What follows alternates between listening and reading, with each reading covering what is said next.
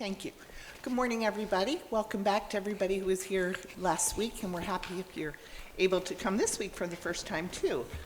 Before we get started, I want to mention a couple of upcoming classes that we're excited about. We have coming up starting October 1st is the Foundations of Islam, Discovering Common Ground and Debunking the Myths. There will be guests. We'll have 3 speakers, including our own Nanette Sawyer, and Arshan Khalid and Aisha Subhan, discussing the commonalities and differences between Islam and Christianity and exploring the 5 pillars of Islam, the sacred Islamic texts, the role of the Imam, the role of women, and contemporary reform movements. Then starting towards the end of October, there will be a 3-week session on gun violence prevention and advocacy. We will be having some great speakers talking about policy, advocacy, history, how people can make a difference in the anti-violence movement. Recording in progress. So super excited about that. Okay, before I introduce Vicki, I was just going to read this prayer that I found. It's a Celtic rune of hospitality, it says, a familiar stranger. I saw a stranger today. I put food for him in the eating place, and drink in the drinking place, and music in the listening place.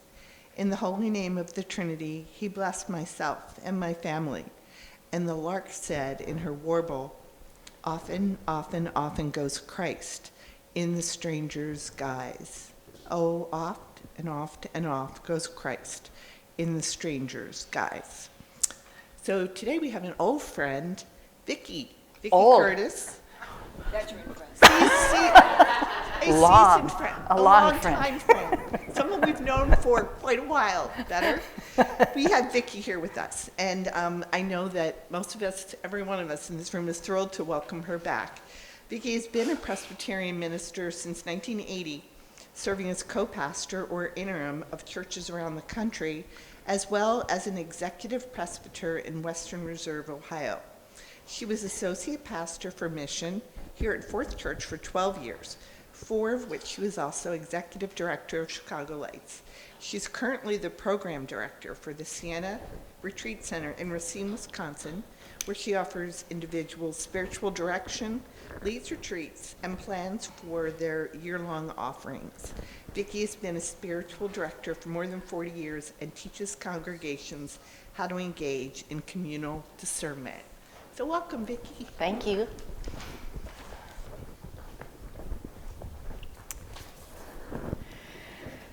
So glad to be back.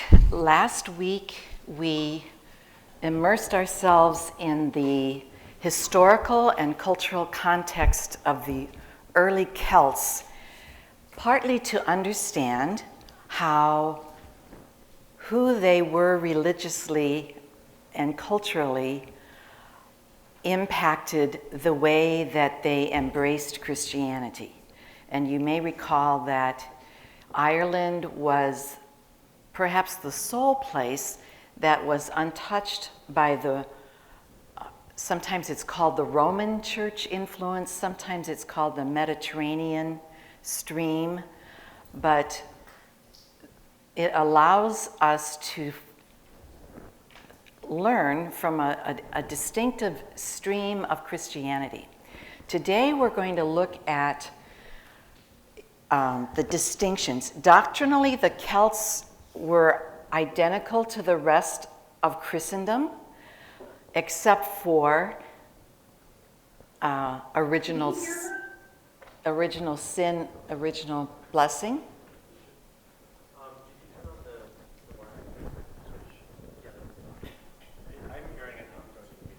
It's on. Yeah, everything. Okay. So, all right.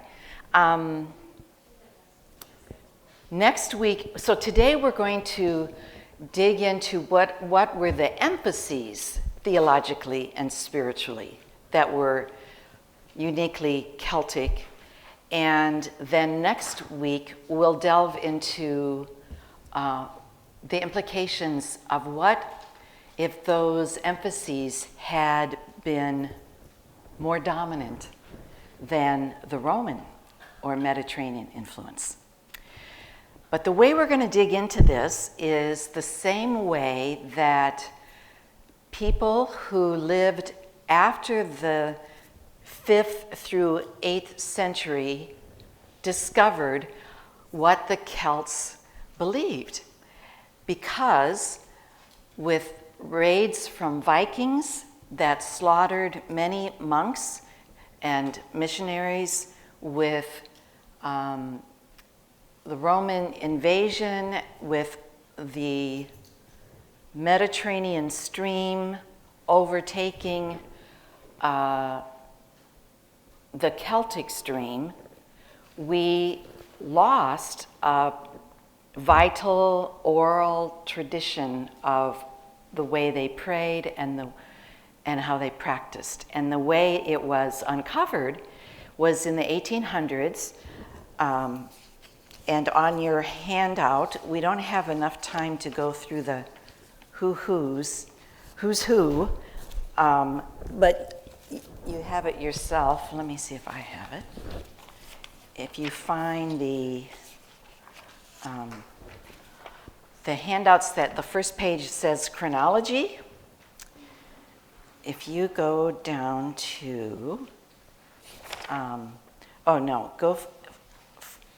flip to the 3rd page, and at the top it's got Carmina Gadelica, and that is the name of a 6-volume collection of poems, hymns, charms, songs, and incantations that were compiled by Andrew Carmichael, who, around the end of the 19th century, Andrew Carmichael was a Gaelic speaker and tax collector who was posted to various islands of the Outer Hebrides, that's where Iona is. He began collecting the folklore and the prayers from the native peoples in those islands, and that has provided us the texts of what later and current people can mine to understand their particular theological and spiritual framework. So, we are going to look at prayers and hymns especially that are in our Glory to God hymnals. So does everybody have a hymnal? Everybody needs one.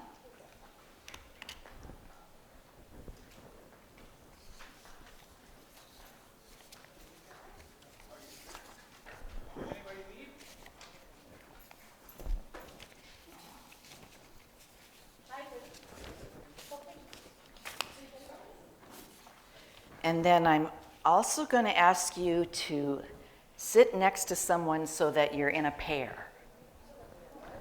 A twosome. Because I'm going to have you work together.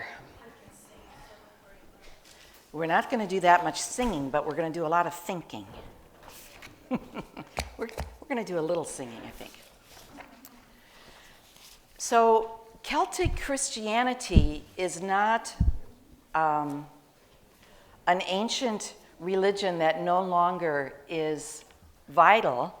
There are current Celtic Christians, and the community of Iona is keeping alive the tradition of writing poetry, writing hymns, having very fresh language in their liturgies, and they make those, there are songbooks and worship books that are influencing many other denominations. And there are also authors that are lifting up the themes of Celtic Christianity that especially were lessened or dismissed. One of those authors is John Philip Newell. He is probably the most well-known author in the United States when it comes to Celtic Christianity. And I want to just read some of his titles for you. And when I'm reading the titles, I want you to try to notice, what does he seem to be lifting up? Okay? I first was taught by John Philip Newell in the early 90s, and after one morning, I felt like, oh, I have come home. And that was after going through seminary, after growing up a Presbyterian. I affirm what we Presbyterians believe, but what John Philip Newell was lifting up really helped for me to fill in some gaps. So the book he was teaching in that first week I had was called The Book of Creation. And the chapters include the light of God, the wildness of God, the fecundity of God, the harmony of God, the creatureliness of God, the image of God, and the stillness of God. And then here are other titles of books he's written. 1 Foot in Eden, a Celtic view of the stages of life. Echoes of the Soul, the sacredness of the human body. Christ of the Celts, the healing of creation. New Harmony, the spirit, the earth, and the human soul. Promptings from Paradise. And then 3 books of prayers that he has written: Celtic Benediction, Morning and Night Prayer, Celtic Prayers from Iona, and Praying with the Earth, a prayer book for peace.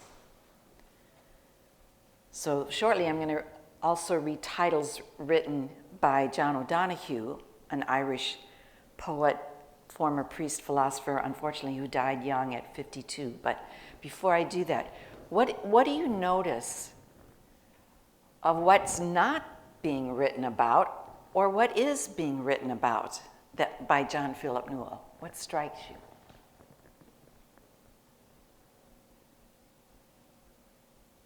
Betsy. I feel like there's a visceral connection with the words and the themes of creativity and 1 foot in Eden and things like that. Is something where you can relate to as an individual.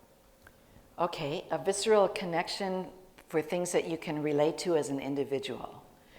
To spirituality. In connection between spirituality and your own life? Yeah. Okay. Other observations, or what else do you notice?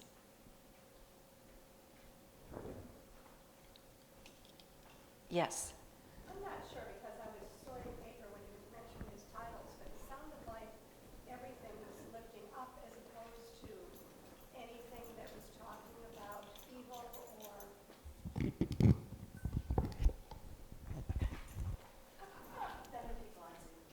Of course. It sounds from what you were saying that it was uplifting as opposed to anything connected with evil and sin and hell and all of those things. All right. I'll comment on that because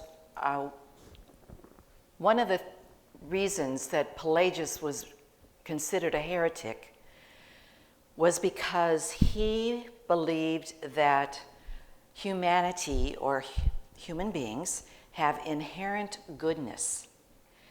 And there is divine wisdom within us, and we are made in the image of God. So rather than a doctrine of original sin, Matthew Fox later called it a doctrine of original blessing. And also their relationship to nature and creation was seeing creation as a manifestation of God's beauty and creativity and blessing to us. And so the sense of the positive blessing that we are and that the world we live in was, in fact, a very high emphasis. Mm-hmm. You're not hearing titles about sin or evil, or not that they didn't know that those were around. but these titles are emphasizing something else. Anybody else notice anything about the themes that are lifted up here?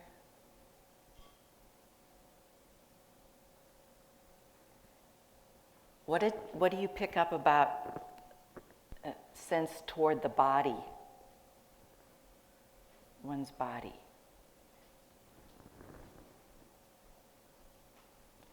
That the title of that was Echo of the Soul, the Sacredness of the Human Body.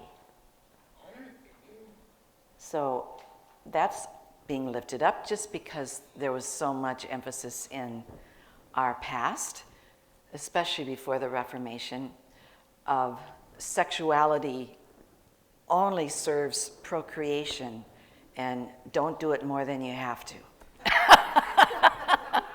Kind of stuff, right? So there was sort of a tarnish to sexuality. And another thing, since there are so many Celtic books written with Celtic prayers, both old and new, it also lifts up this sense of God being intimately involved in our day and our embracing and calling on God's presence to be with us throughout each day of our lives. So we're going to see that more in some of the prayers that we look at shortly. Anyone else notice anything? Mm-hmm. I just wanted to say that the people of Iona reflect that. The people of Iona reflect that daily practice, and they may be doing something like baking cookies or canning, and the wife takes off the apron, and the family goes up to the abbey, if they're not in school, and they celebrate the family in worship. They have a table in the center of the abbey, and a family is honored each week, or at least when I was there. Okay. Now I'm going to read you some titles from John O'Donohue. 4 elements reflecting on nature. Walking in wonder, eternal wisdom for a modern world. Beauty, the invisible embrace, rediscovering the true source of compassion, serenity, and hope. Echoes of the eternal, one yearning to belong. Anam Cara, we talked about that last week, means soul friend. A book of Celtic wisdom. Echoes of memory, to bless the space between us, which I highly recommend to you. It's beautiful poetry that are blessings. And then there are some, on Amazon, I know you can also purchase CDs of his speaking. Those titles were Trusting the Rhythm of Your Own Becoming, The Voyage of the Question, Secret Landscapes of Nourishment, The Divine Imagination, and The Inner Landscape.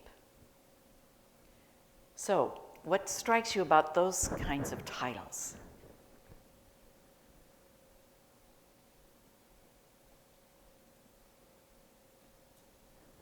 Betsy? The sheer love and positivity, compassion, serenity, soul friend. Oh, sorry. The titles and how warm and passionate they are. The words, serenity, soul friend, the connection of something, of blessing the space between us. It just makes you want to know more. It makes me just want to know more and it feels good. Okay. Yes. Just the stress on the individual's responsibility. A lot of that with the individual person, not the people that. Would you repeat that? I didn't hear it myself. I won't use that. The stress on the individual's role. The stress on the individual's role. Right. All right. So this is a very interesting connection to Pelagius again and this sense of inherent goodness. And we do rely on God's grace to become our true self and our whole self. But he was also acknowledging that God's given us the capacity to grow and to develop and to become whole and to become faithful and live into our goodness. And when we look, we're going to do an antiphonal reading of the differences between the Celtic and the Mediterranean streams. But one of them is that, let me see if I can find it. The penance, where is it? In the Celtic stream, related to confessing your sin, there was absolution, but it might come after a long penance. And one might initially think, wow, that if you had to be doing penance for a long, long time, doesn't that kind of emphasize how bad you are? Or how much you have to earn yourself back in God's eyes? But no, penance was seen as part of that growth or development. Whereas in the Mediterranean stream, there would be absolution, go say 7 Hail Marys and you're good. So there wasn't, I don't know how many of you saw the movie Mission about the Jesuit priests that were in South America, and it begins with one particular man who had, I don't know if he was a slave trader or he had killed, I think both, a slave trader and had killed some indigenous peoples. And he was feeling quite remorseful about it and couldn't shake the guilt, understandably. Another priest gave him his act of penance, which was to drag behind him a very heavy iron ball that was filled with the armor that he used to wear as a soldier. And he had to carry this even when the Jesuits were climbing rough terrain up a mountainside to go to a village of indigenous people to bring Christianity. And the film, it's a very powerful scene where sometimes he drops it and he has to go back down and get it. And his other brothers are telling him, just let it go. Just let it go. But he insists on bringing it up. And then finally, they get close enough to the top where the indigenous people can see them coming. And they're ready to welcome them. Somehow they knew they were coming. And they see the struggle that this one man is having. And one of them goes and gets a knife and slashes the rope. And it falls. And it took for the former trade slaver to feel free of his sin. It took someone from the tribe that he had previously enslaved to break it for him. So that doesn't come from the Celtic tradition. It's obviously Roman Catholic tradition, but I think it's a good example of a penance. Or in Native American Navajo tradition, they have what they call hojo, which if you read any of Tony Hillerman's novels, Jim Chi is a Navajo and also a policeman. And there are times when response to a crime is met with the traditional way that our police system is set up, where you're fined or you're thrown in jail or whatever. But Jim Chi was always interested in hojo, which it means balance or harmony or restoring the justice, which might mean that the person that stole somebody else's sheep would go be with that family, not only apologize, but perhaps do something to help around the land or something like that. And the imbalance was within the person as well as an imbalance of justice in the community. So that's the way that I interpret long penance among the Celts.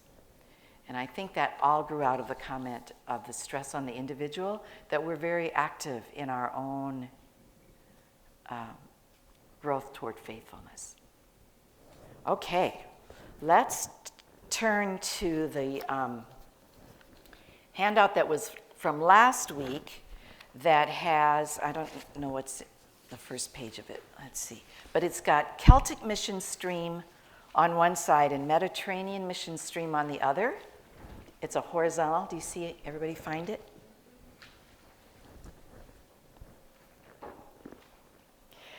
This is going to contrast the two streams and perhaps distinguishes the streams a little bit more, a little sharper than one might find if you were to talk to particular individuals within either stream.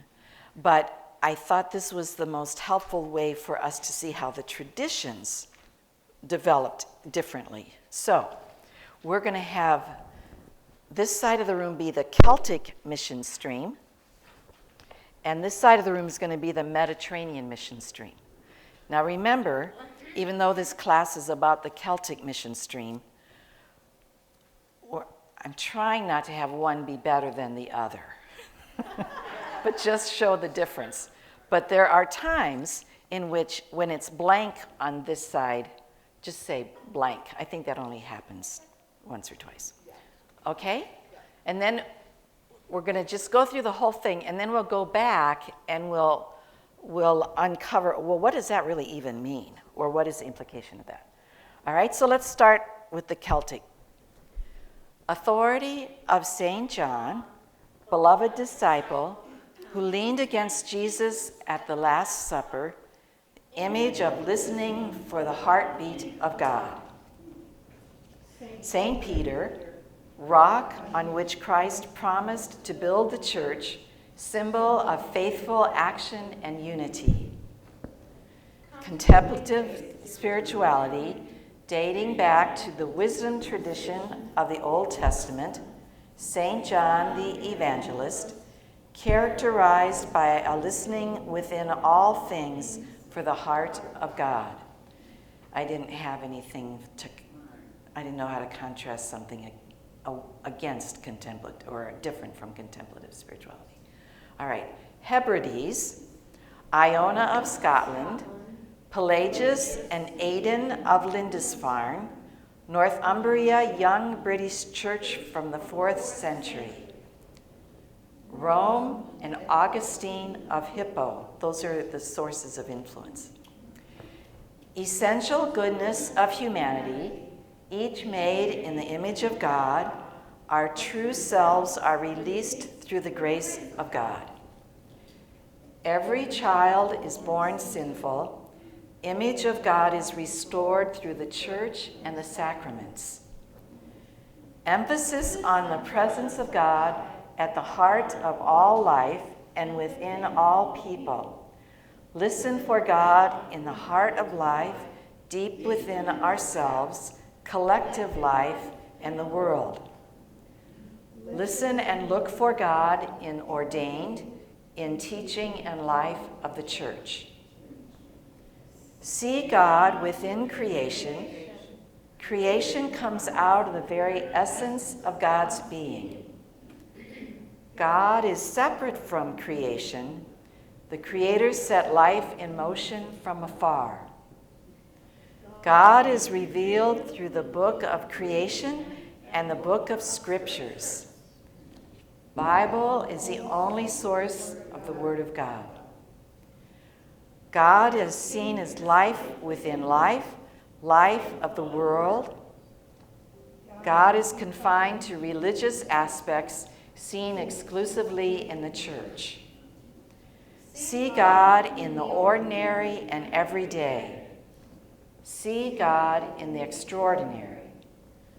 World as place of revelation. Spirituality looking away from the world. Whole of life as sacramental. Sacraments are within the institutional church. Essential oneness, heaven and earth, we do not create oneness. The church is distant from the world and spirit, dualism, matter, spirit, body, spirit. Whole creation is in and of God. God also transcends creation. Humanity has a sacred duty to care for earth and one another. History of exploitation of earth. Sexual, maybe you didn't get it on your handout. Do you have one that says sexual? Okay, all right. Sexual nature of procreation is God-given and good. Conception involves us in sinfulness of nature. This is a long one. What is deepest within humanity is the image of God, original blessing. Christ came to reveal God's love, to show us what being truly human looks like, and to declare that image of God cannot be completely eradicated.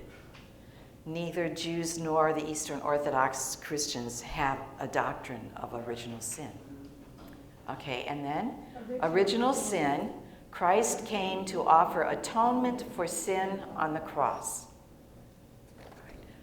Pelagius, a baby bears the image of God, welcomed into eternity. Humans are sacred not because they were baptized, but because they're born.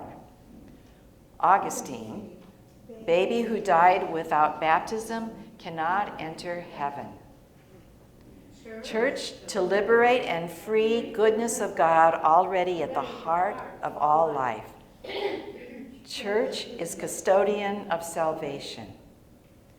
Seek guidance through an anakara, revealing all in one's heart to a soul friend to know and further explore what is in one's own heart.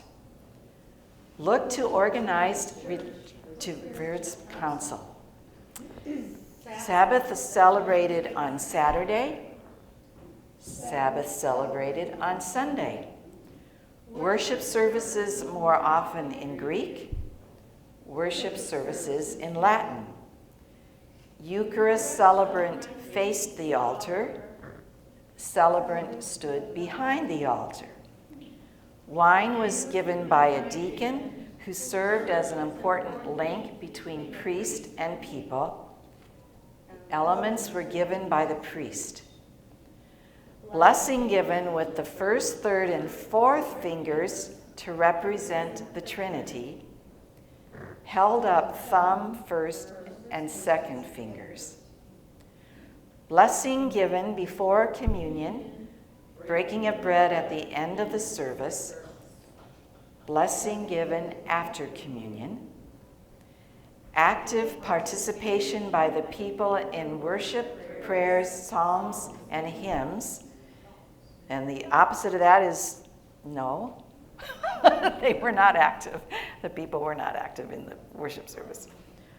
Choral services were established early. Also, that wasn't true in the Mediterranean steam. The Celtic service called the offering, also true in the Eastern Church. In the Mediterranean service was called the Mass, which is missal. Celtic bishops under the authority of abbots. Mediterranean bishops under authority of the Pope. So those latter things have more to do with practices than there's one more page. Sorry about that. All right. Confession was voluntary, made either in public or to a soul friend. Confession was obligatory to a priest. Absolution after penance, which could take years. Absolution immediate. The monk's tonsure shaved a line from ear to ear, a Druid relic attributed to St. John, considered barbaric by the Romans. tonsures shaved the head on the crown, symbolic of the crown of thorns, or St. Peter. The dating of Easter inherited from the Council of Arles, 314 AD. Easter dated by the Alexandrian computation of 444 AD. Monasteries more like Zen monasteries of the East, not true for the Mediterranean. Property more akin to communityism. Clan allotted certain lands to its clergy for their support. Mediterranean. Property important to the church as the Pope and cardinals became princes and feudal barons. Tribute in all forms of property was demanded and given to the church. The clergy of a clan mostly lived in communities under their bishop. The church, both tribal and monastic, clergy had to contribute to the welfare of society in which they lived. The church demanded tithes and tributes for upkeep of clergy. And finally, the radical nature of Jesus' life and ministry, economic injustice, care for sick, hungry, imprisoned, marginalized. Opulent church in Rome. So, you think are some differences? First, let's see if there are any phrases or references that you don't really understand what that refers to. And then I want to ask you what else you noticed. Let me just point out the one. God is revealed through the book of creation and the book of scriptures. The book of creation is what the Celts named, well, or at least John Philip Newell named it, that you become as much aware of God's guidance for you, God's wisdom for you, who God is, and who God hopes you will be through nature as you can through the Bible. And so it wasn't just that they thought nature was beautiful and a manifestation of God's creativity, but also that they could learn from nature. And some of John Philip's books, for example, one is called A View of the Stages of Life, and he works with seasons and learns from the different seasons of life to learn about our own. How do we transition from one season to another? Or how do we even embrace that there are seasons? So that's one example. Are there other things that you wonder what it means? Or we talked last week a lot about how the Celtic art with its interlocking shapes and the spiral really manifests the intertwining or the unity or the oneness of everything, as opposed to the Greek influence of dualism that separated spirit and flesh and heaven and earth and mind and body and matter and spirit. What is the word? I can't. What is ANAMCHARA? Anam Cara, which means soul friend. And the Celts in their monastic communities and the people they served in the outer community really encouraged everyone to have an Anam Cara. And today, I mentioned this last week, today the closest thing we might have to that would be a spiritual director. But the name spiritual director I've never really liked, because the director doesn't really direct anything. The director meets with the other person and helps them see how God is moving in their life. Now, I was trained as a spiritual director by Roman Catholics, and they brought in a speaker who talked about how God, we each have a tendency to look for God or evidence of God's work in one of four arenas. We just tend to have our preferences. One is the intrapersonal. How is God speaking to you through your own imagination, your own prayer life, your own individual spirit? And Roman Catholics are quite in touch with that framework. The next framework arena was interpersonal. How is God working in your relationships or through your relationships? The third one was communal.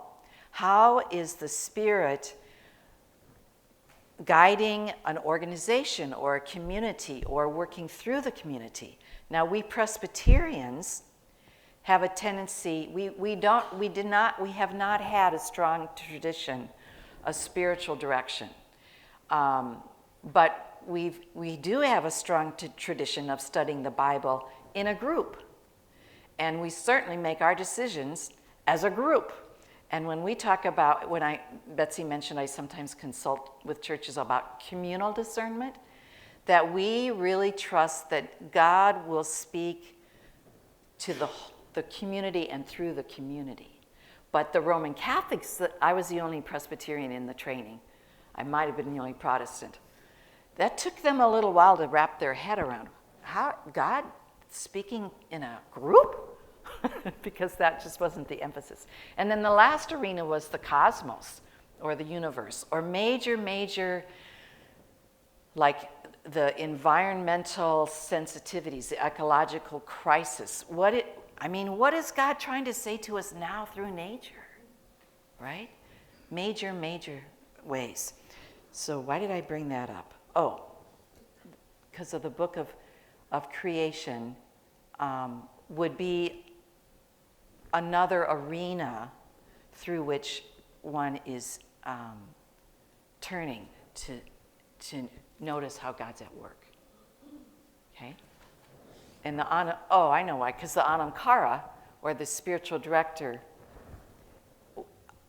tries to meet with someone else and expand their awareness to more than just the familiar arena that they are used to. So spiritual direction used to only focus, they would primarily, people that would go to a spiritual director thought that they'd probably be talking about their prayer life. But because God is sovereign, that's one of the strong principles of the Reformed faith, God is sovereign. God is in everything, God works through everything. There is no part of your life that is off the table when you see a spiritual director or an Anamkara. That's why I brought that up. Okay, other questions or yes? It seems that for this church, there's a mixture of these two streams. Like you just explained about group conscience, so to speak, and making decisions, or here we are in a group, They don't have that in the Mediterranean stream particularly, or didn't. But when there is no original sin in Celtic spirituality, and that we are born good. And I'm not sure whether this church talks about original sin. I don't really know. But a lot of people do in the church, because a lot of us came from, I think, Catholic traditions, maybe. I don't really know why people still think there's original sin.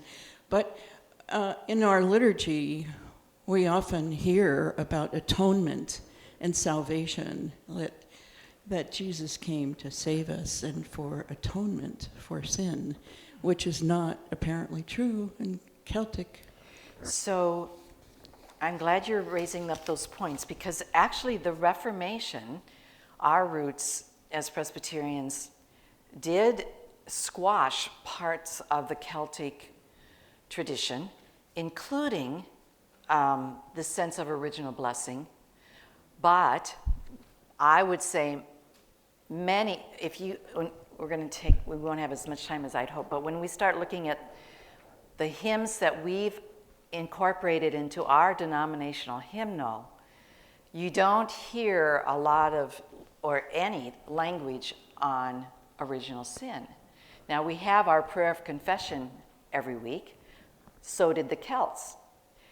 But next week, I'm going to bring in how the liturgy in the Iona worship book, the language they use before they confess their sin and the language they use around God's forgiveness of us.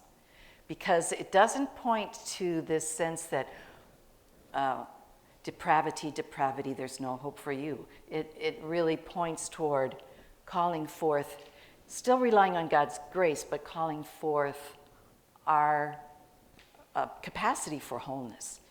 So I'm not a big fan of original sin personally, and I'm not a big fan of substitutionary atonement, which is the name for what you see on that original sin. Christ came to offer atonement for sin on the cross.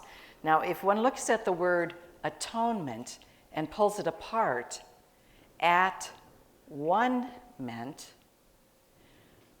then there are other ways that one might frame Jesus' sacrifice on the cross as reconciling humanity with God, but not because God needed Jesus to be a sacrificial on our behalf, but because human beings needed to witness and experience the self-giving love that God has for us. So we're going to talk next week about, John Philip Newell does a really good job explaining a different way of seeing Christ on the cross than through atonement. Yes? We did want to save like the last 10 minutes or so for questions. Oh, then, okay. I don't know if people have other questions in general about our session or other things you might want to bring up. I didn't hear the question. I said we had set aside the last 10 minutes for questions. We're getting there, but does anyone have any other questions, or we could just have Vicki talk a little bit more?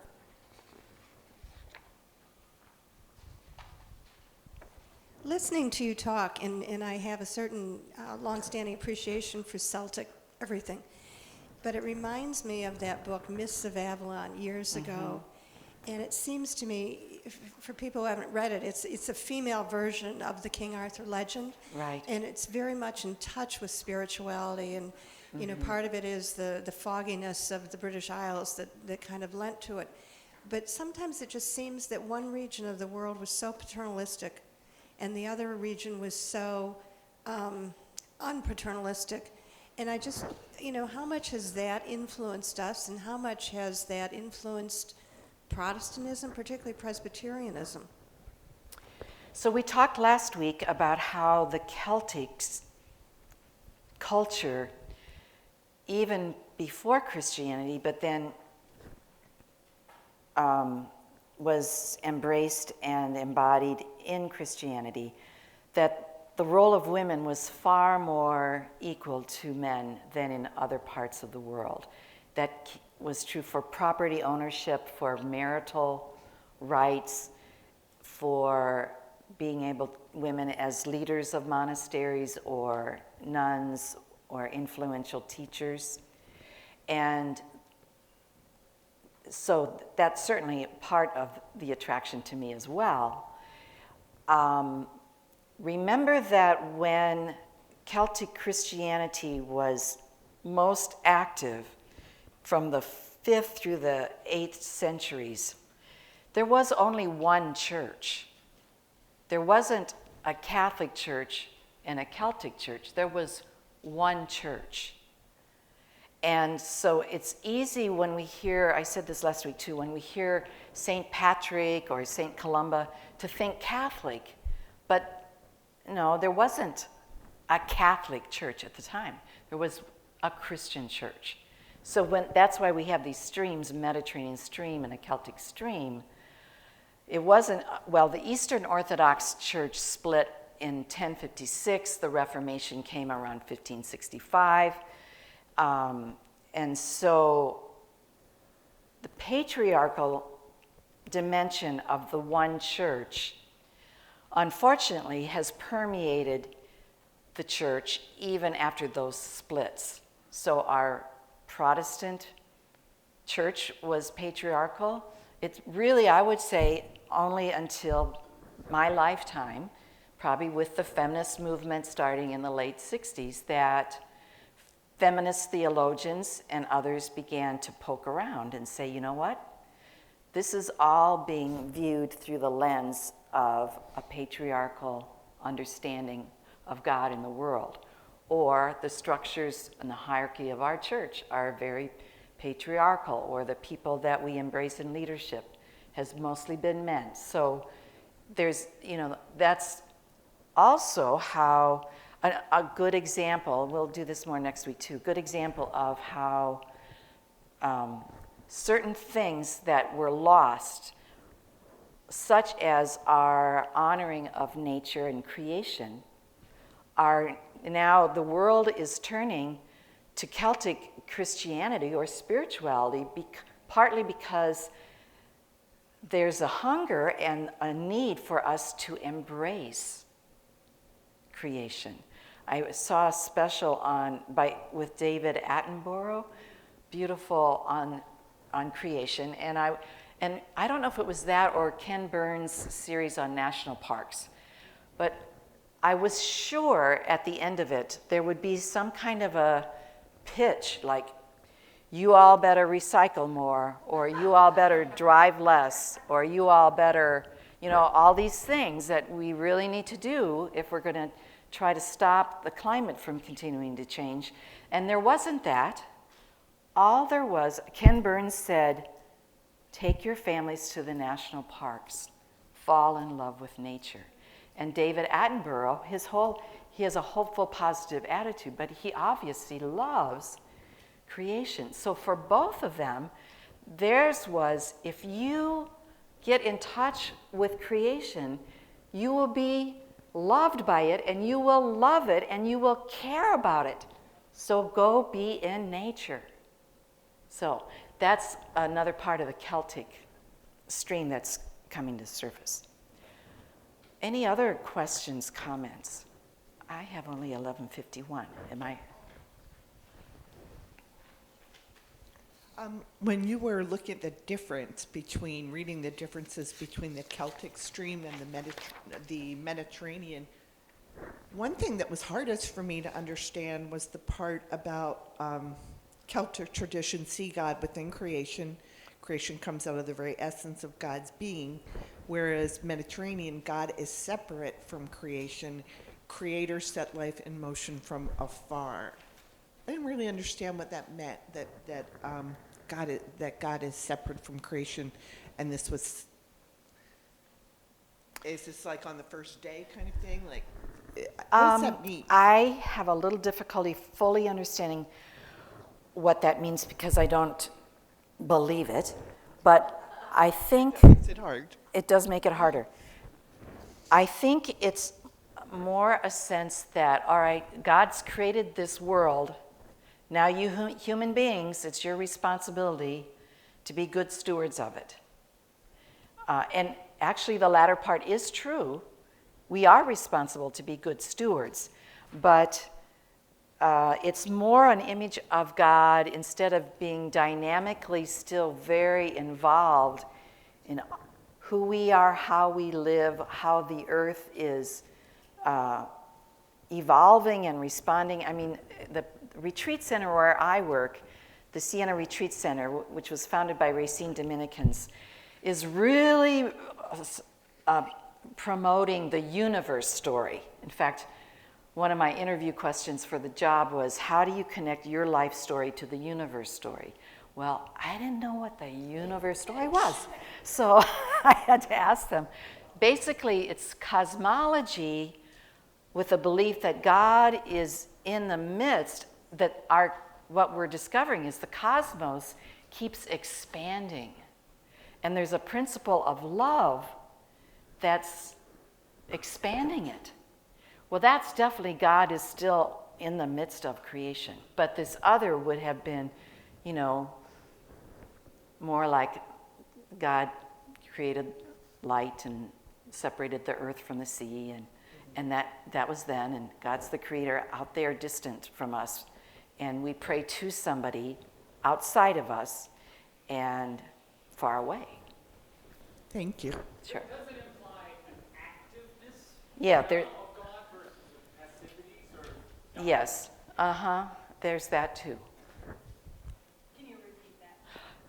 So Alan just looked it up. Doesn't that imply that God is active now with us rather than, or with the world, rather than just back then and long ago distant?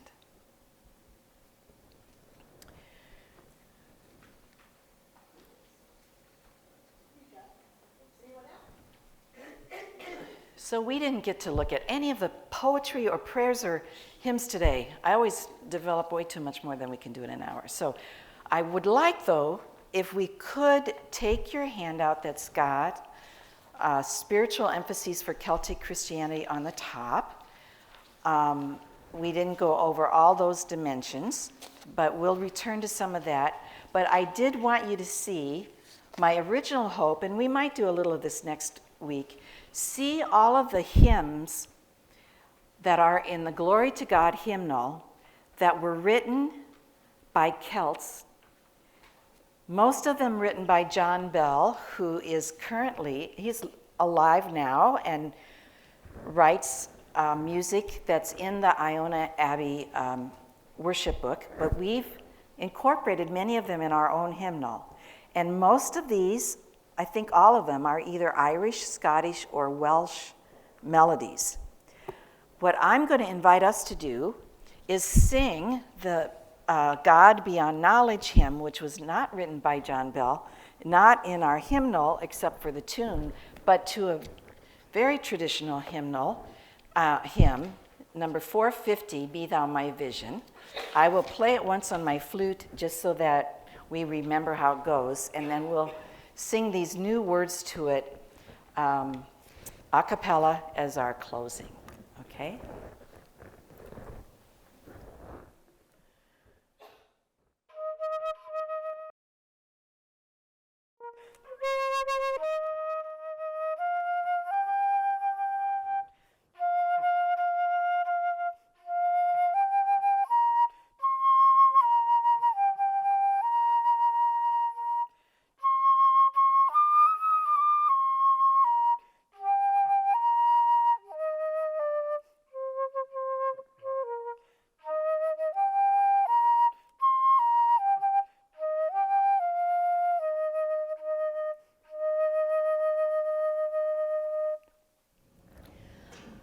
God beyond knowledge, yet close to us here.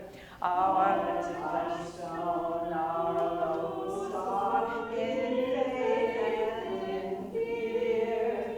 Your presence we know, the dark before dawn. As courage is kindled and hope is reborn. God without limits, yet sharing our flesh, you speak for the silenced, release the oppressed, and call us to follow in all things to prove the tools of your spirit, the signs of